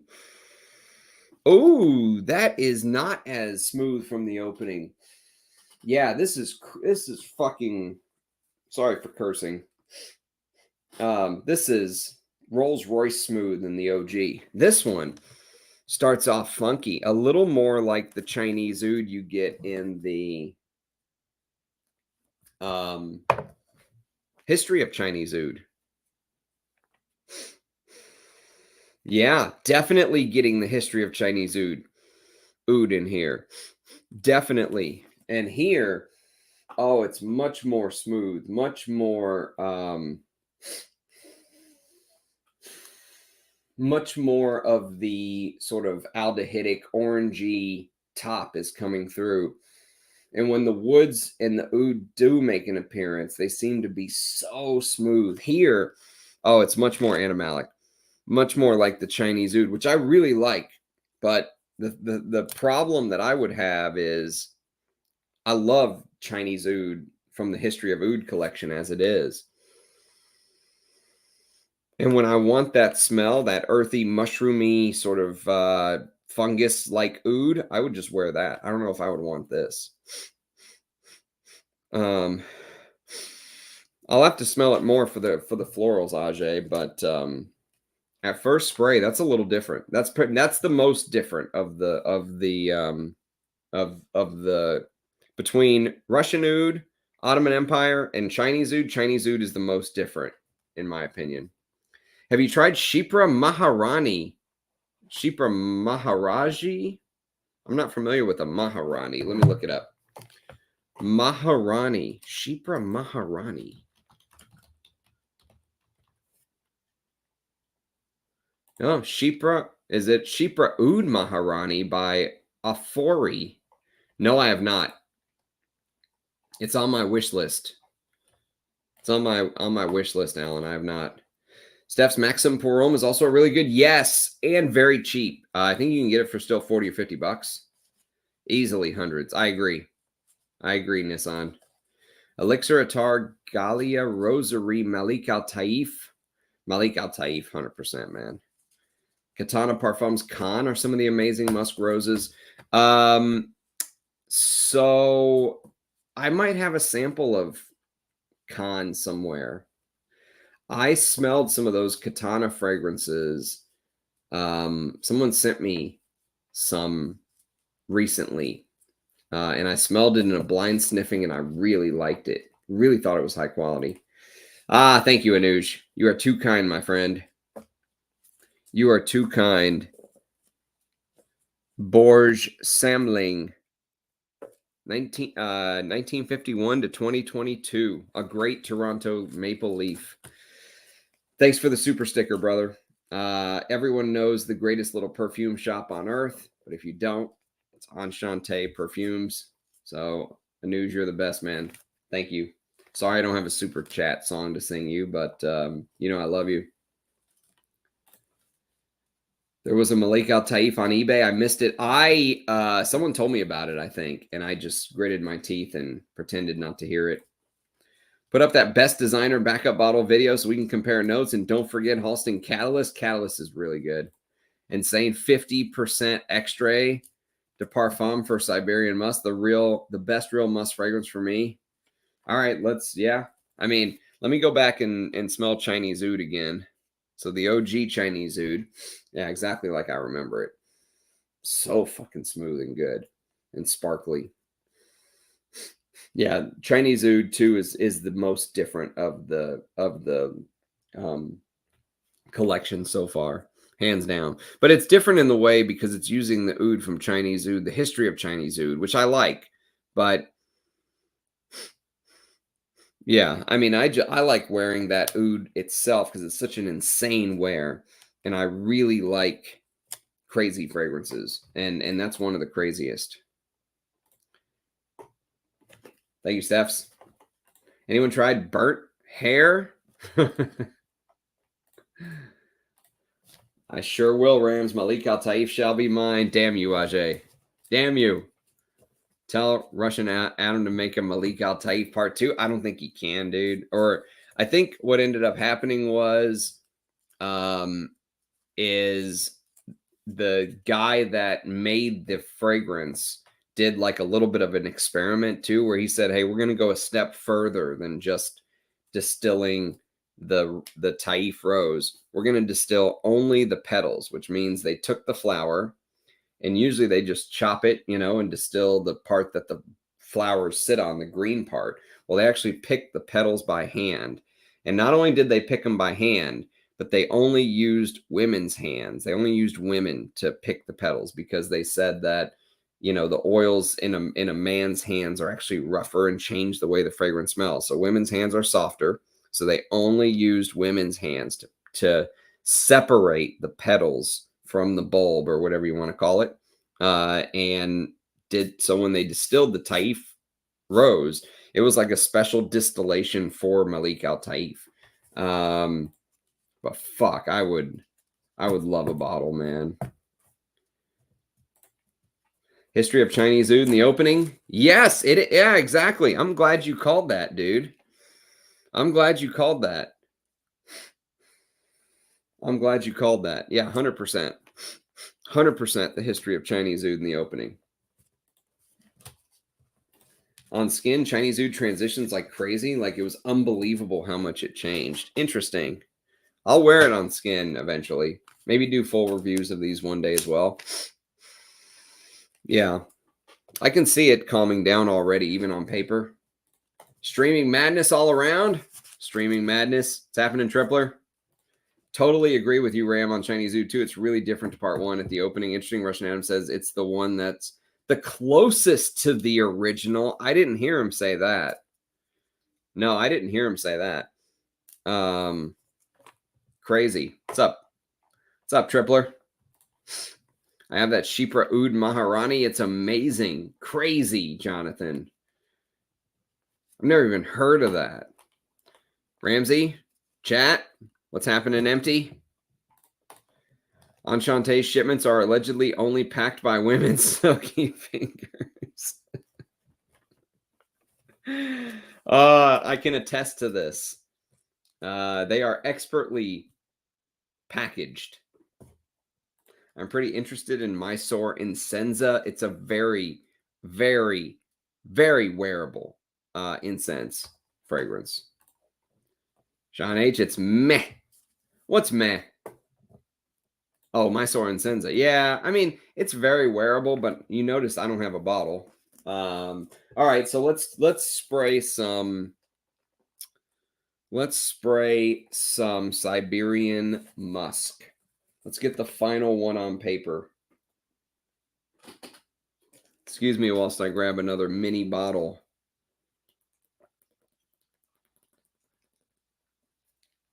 I think Rich should drink these.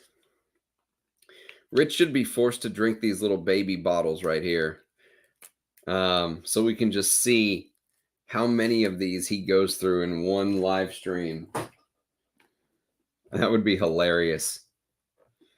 All right, let's see. So we're on to Siberian Musk III. Okay. So here I have Siberian Musk II. So just for reference, Siberian Musk II and Siberian Musk III. All right, let us go forth and conquer, shall we? Siberian Musk II. Hate spraying paper. I hate wasting this juice. So precious. Oh God, so good. Oh my fucking God, man. You just can't. Oh, the real musk. It's so. Oh, and it's a little bit smoky, and believe it or not, it is a little bit smoky, but the musk is furry and sweet, and it's literally like petting the animal. It's like you're rubbing the deer's fur, but there's something dirty underneath, but it's so beautiful. Oh, real musk, man. Okay, so Siberian Musk III.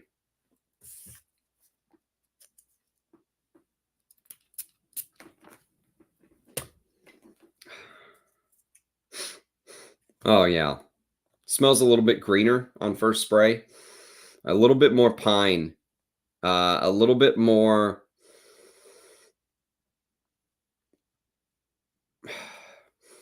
Siberian Musk III smells like a blend of Russian musk and Siberian musk to my nose. 1 and 2 didn't have that. A little bit of green, but nowhere near as much as Siberian Musk III. Yeah, this one's also a little bit different. I would say Chinese Oud and then Siberian Musk are the... Chinese Oud is the most different, and then Siberian Musk is the second most different. And then the ones that are the closest, I would probably rank them like this. Chinese Oud is the most different, Siberian Musk as the second most different, Russian Oud as the third most different, and then Ottoman Empire is the closest.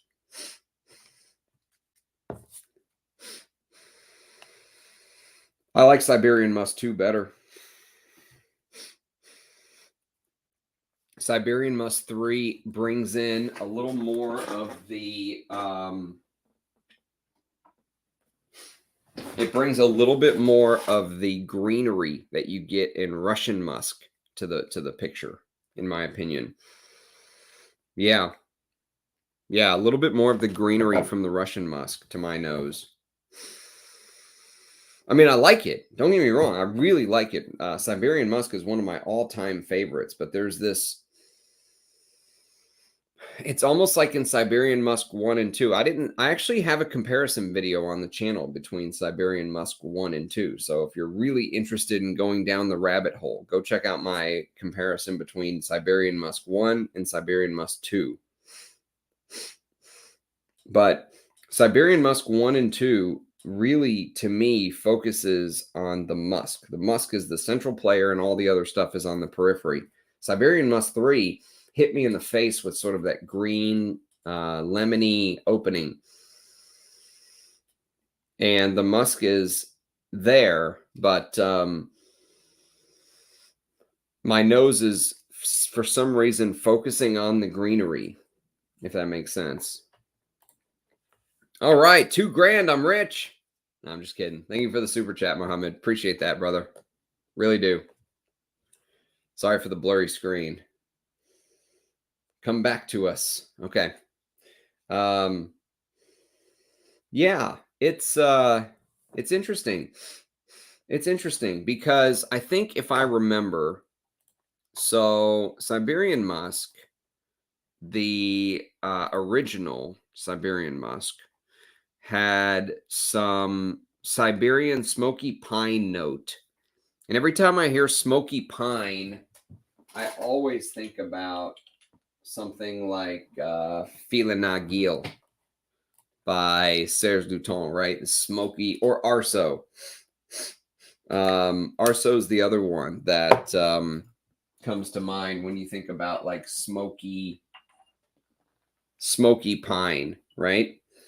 But in Siberian Musk, it was there, but it was always sort of in the background. You know what I mean? It was like the furry, slightly urinous, but also sweet. There's also a powdery sweetness to musk, right? But you can pick up the animalic facets and the furry facets. And that's the reason why Siberian Musk is one of my all-time favorites. In the opening of Siberian Musk III, my nose focuses on a little bit of a citrus pine aspect much more than on the original. Like that smoky Siberian pine note I was mentioning that's listed in the top of the original Siberian Musk is amplified here.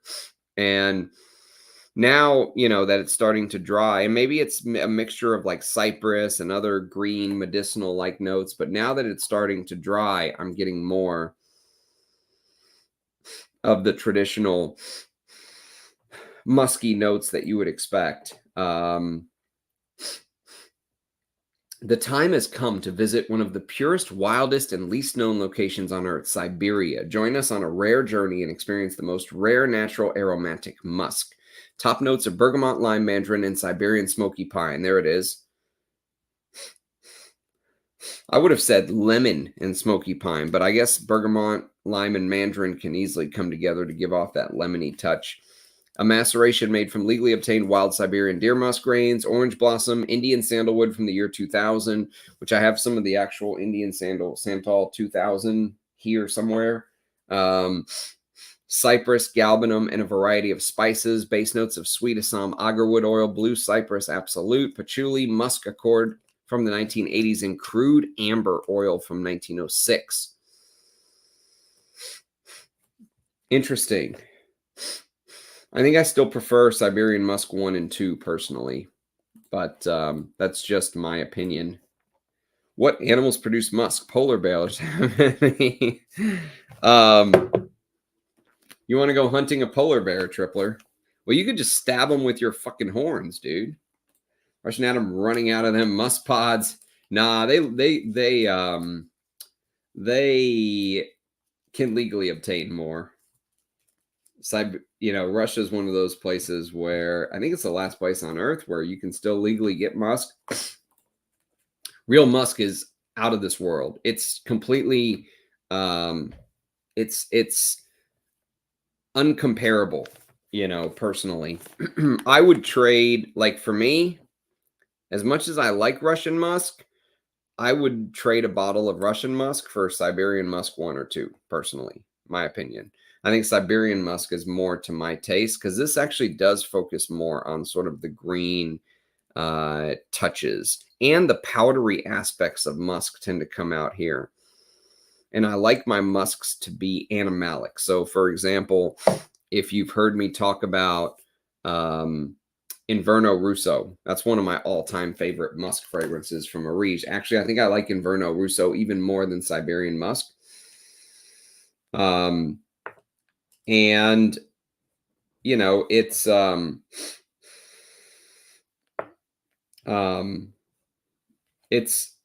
one of the most beautiful things I think I've ever smelled. Real musk is, and the thing you should know is that it's not like I'm a hater of synthetic musk, because I'm not. I have some synthetic deer musk that Russian Oud sent me, and when you smell it, it actually smells really good. I also have some Cashmeran musk that smells amazing.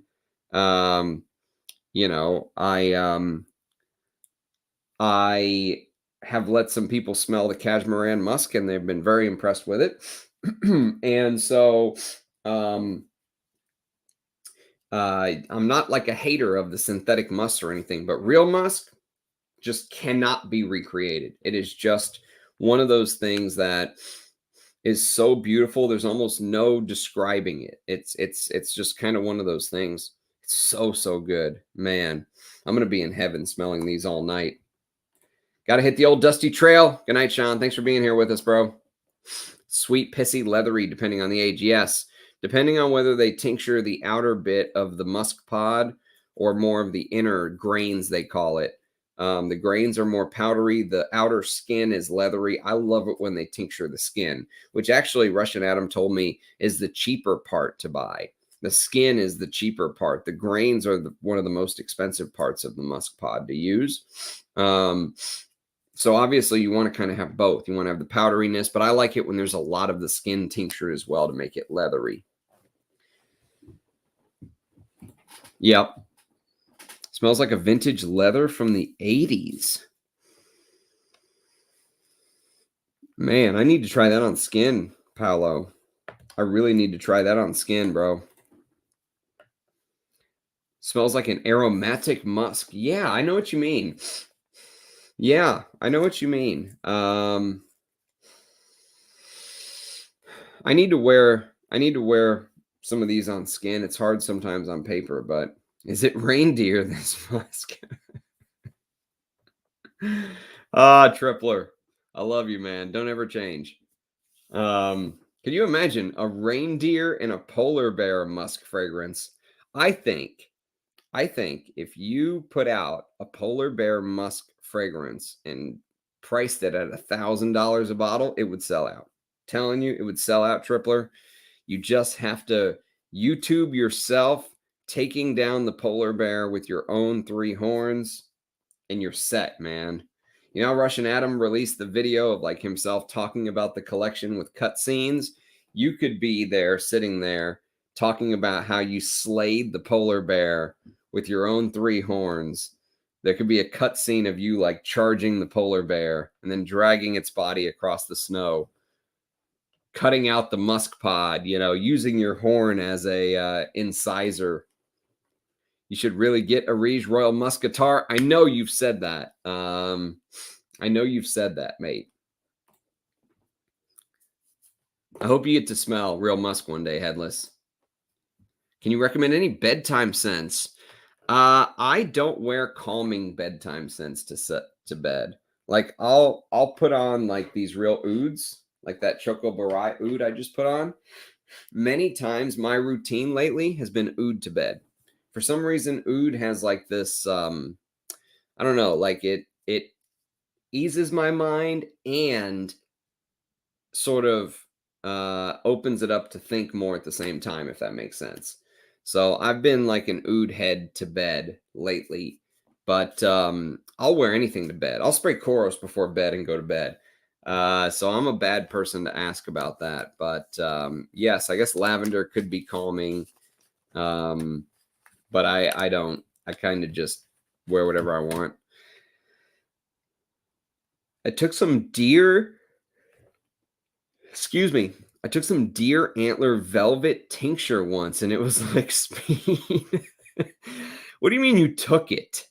How do you take deer antler velvet tincture? Did you drink it? Did you smoke it? You know, George Carlin said there should be some drugs that you take rectally. Maybe you should try that next time, Tripler. Getting QAnon next week. Ensar says there's Tonkin Musk in there. Dude, that's the craziest fucking thing I've ever heard. That's crazy. I mean, I believe him and I trust him. And I know he wouldn't say it if it wasn't true.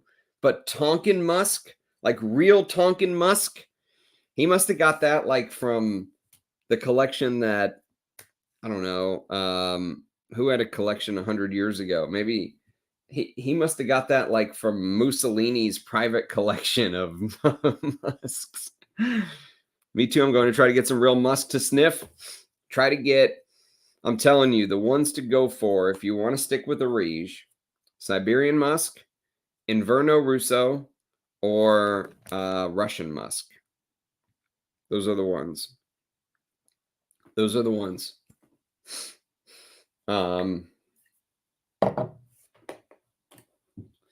Buongiorno from Germany, dear frag people. What's happening, Buggy?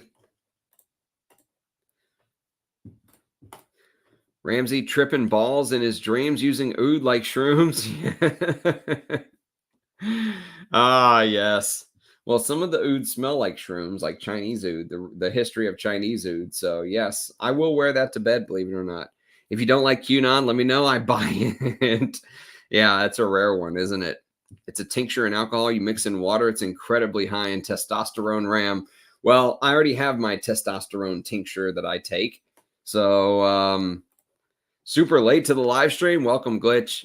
You can catch it later, mate. We're going to go, you know what we're going to do one day? We're going to do a blind sniff of Glitch's sample set he sent me because I was going through some papers and I actually found now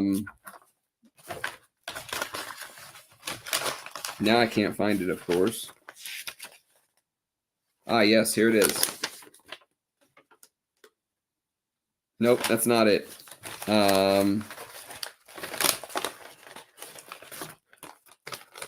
Nope, that's not it either. Damn it. Could have sworn I just saw it here.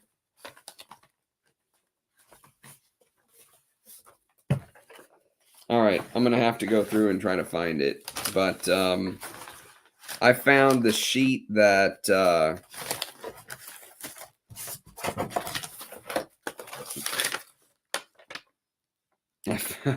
I found the sheet that Glitch sent me with the key of all of the fragrances that he sent me. And all of his fragrances are still like numbered and ready to go. I just need to find that damn key again.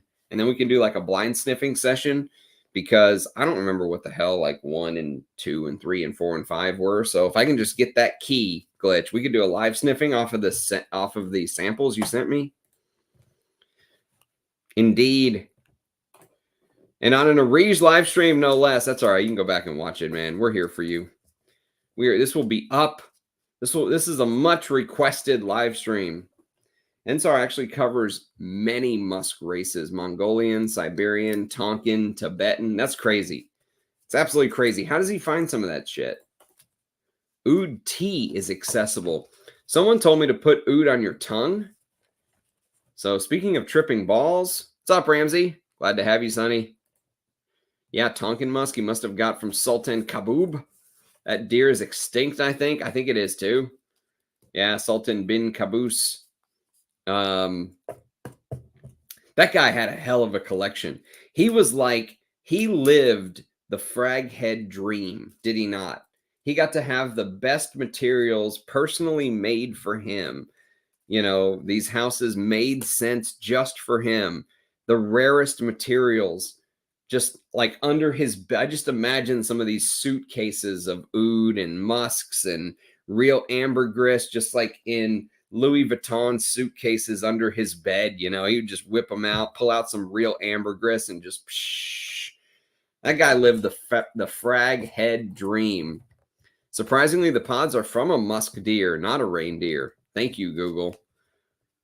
Well, obviously, they're from the musk deer, dude. I don't know if reindeer has musk you should be taking. Oud head to bed, that's it. Tell me that would not be a good name for a fragrance. Let's all get together and smoke some polar bear musk live on live stream. No worries, my friend. I don't know what I did with the key. I need to find the damn key. I swear I found it earlier, but that would make a hell of a live stream one of these days. Late to the party, happy to be here, Vlad, the man who made my brilliant header. One of these days, I'm going to have you make an intro to the channel, or maybe like a thumbnail, so I can put it on some of the videos when I don't know what else to use, you know? Sultan Q was a true frag head. Yes, he was, man. Had infinite money hack. The sweet dream. He did have the infinite money hack.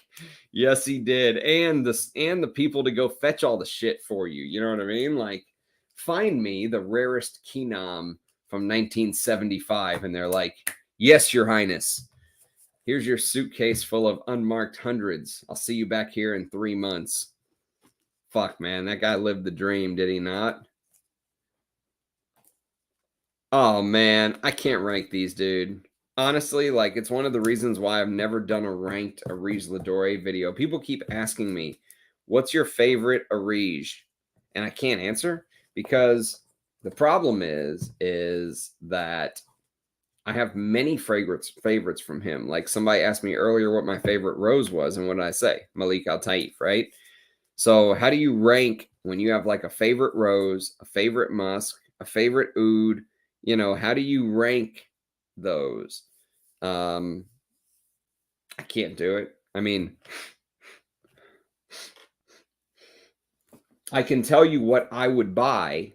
Like if I could have picked one bottle, it would have been Ottoman Empire. Because I don't have a bottle of Ottoman Empire. But I like you saw my decant, so it's not like I'm Ottoman Empire. It's not like I'm Ottoman Empire less, because I do have a respectable decant. But I would love to have a bottle. So if I could have purchased one, it would have been Ottoman Empire, since I already have a bottle of Russian Oud. But I have Russian Oud. I have the 10 ml decant of Chinese Oud. You know, I've got some Siberian musk floating around, although I'd love a bottle of Siberian Musk II. 1 or 2, I don't care. But I would love a bottle of Siberian Musk as well. Oh, yeah. I see what you mean by... It almost smells like there's civet in Siberian Musk III. Someone said leather. I need to spend more time with that. I need to wear that on skin. Walima is beautiful. I mean, and I've got it on skin here. Walima is absolutely beautiful. So is the plantation oud used in Russian Oud. Man, that Choco Barai Oud is so good. Oh, just goes to prove it doesn't always have to be some rare centennial grandmother tree. Vlad the Inhaler. Oh, man. Shat Oud chips. Wouldn't you? Wouldn't you? Okay, just do a top 2. Don't have to mention which is first and second. I mean, if I got to purchase 2 bottles from this collection, it would be Ottoman Empire and fuck. I don't know. I can't, man. I can't. I don't know. I mean, I want to say Siberian Musk, but the reality is Siberian Musk III is different. I think I like 1 and 2 better. I think I want a bottle of Siberian Musk 1 or 2. Actually, I know I want a bottle of Siberian Musk 1 or 2. It's on the wish list. If I could have my wish list of Areej bottles, it would be Siberian Musk 1 or 2, any of the 4 Ottoman empires, Malik Al-Taif, and Oud Zen. The first one. Z-E-N. Not Z-H-E-N. Z-E-N. Oud Zen, the OG. That would be my, those four would get me into Areej heaven. And obviously there's other bottles I would like Beauty and the Beast and stuff like that. But I mean, that's, I don't have the money hack like the Sultan. So Ajay, Oud chips sound perfect. Kitty litter for civet cats. Yes, they do. OG's Ottoman Empire, Russian Oud, Walima,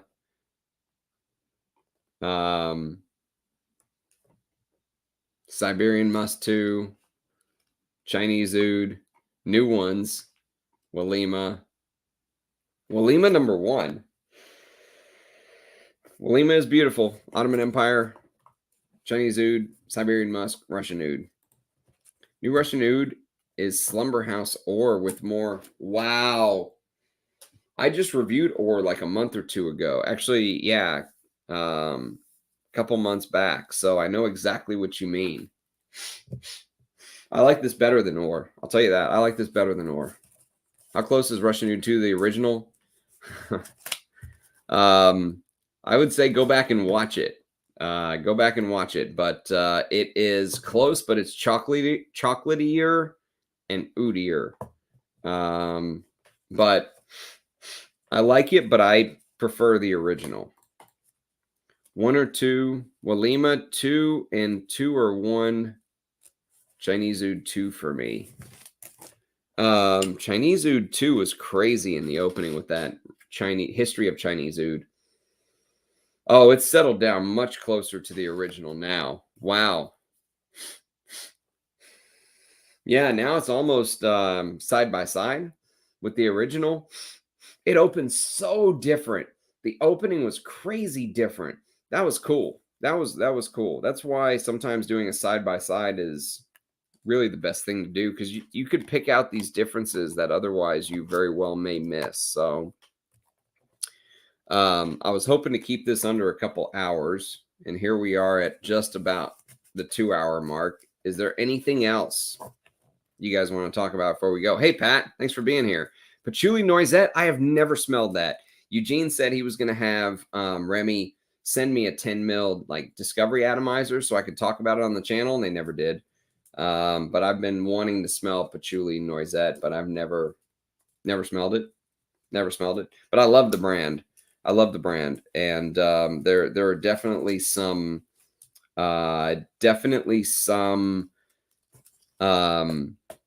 more from that house that I'll be talking about on the channel from Les Indemodables. So, but yes, it has been a long day for me. I had to wake up and put my Russian Oud says Chinese Oud 2 is 105% similar to the original. It's mentioned in their Instagram stories. Crazy. Crazy. That's crazy, Mohammed. No, I didn't know that. Russian Musk resell price is nuts. Yes, it is. That's why I don't have a bottle, as you can see. Oh, wait a minute. I do have a bottle. Sorry. I do have a bottle. I was thinking Siberian Musk. Yes, it is insane, dude. No, it really is.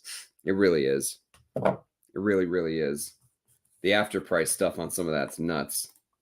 Can you talk about a go-to date night fragrance in your collection? Oh man, there's so many date night fragrances.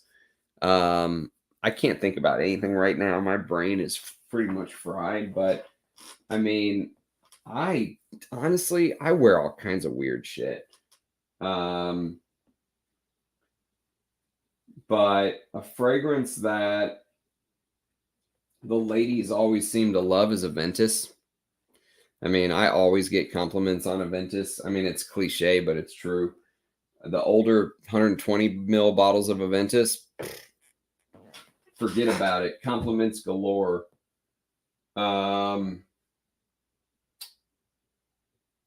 date night fragrance may be something like a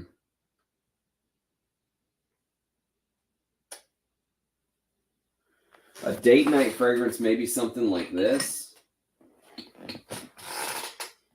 L'Homme Ideal, the EDP, the Eau de Parfum, because it has that cherry almond sweet thing that girls love nowadays. The shit I don't like is kind of the stuff that they do like. So, I mean, but that's why I say I usually don't wear, like if I was going to go on a date, I would just wear whatever the fuck I wanted. And if she didn't like it, she probably wasn't the one for me. Trying the Papillon samples now? Ah, awesome, Joanna. Let me know what you make of those, by the way. You guys are so next level. Going to bed with my lowly Indonesian Oud. Good night, Tripler. Cheers, mate. Hi from Prague. Smelled patchouli noise that yesterday. Tried Vanilla Van. I really like Vanilla Van, but it was just a little too sweet for me, but I liked it.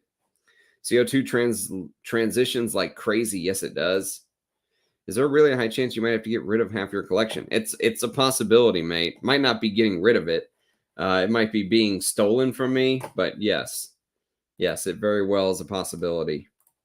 Date night, maybe YSL old team. Oh, I couldn't wear that. Or Oma by print in office Friday. I'm getting called into HR for a talk. No, fuck. No, nah. Don't do it. Tell them that you're being discriminated against. You will not stand for this. You will not stand for it. This is not a bad date night fragrance either. Something like this.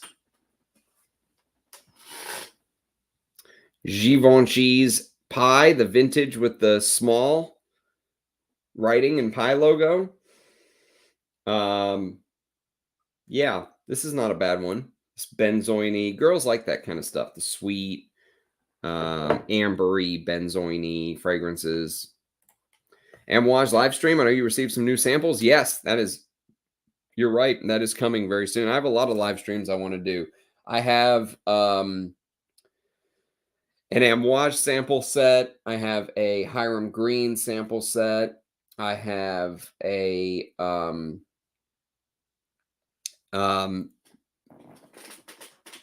the House of Matriarch sample set I want to do a live stream on. I have a Pine Ward I want to do a live stream on. I have Frederick Mall fragrances I can do a live stream on. I've got Celine and Guerlain fragrances. It could be like an LVMH live stream. There's so many samples. I mean, literally so many. I have samples, video ideas, fragrances I want to do reviews on literally for days. I mean, I probably have 10 years worth of fucking content here, assuming half of my collection doesn't get stolen. But we shall see. So what about M7? Yeah, I think M7 would be a great one. Yeah, that's a good idea. Simple sweet works for dates. Most men like sweet scents. I had a newer Givenchy pie. Smelled like fragrant chemical sludge. The vintage is good. What do you think of the House of Houbigant? Any experience? Yes, I actually was going to review Fougère Royale one of these days. This is on the list. Fougère Royale is on the list. But outside of that, my experience with Houbigant would have been something like Duc de Vervins. This is the La Extreme. This deserves a review one day too. Oh, it's so good.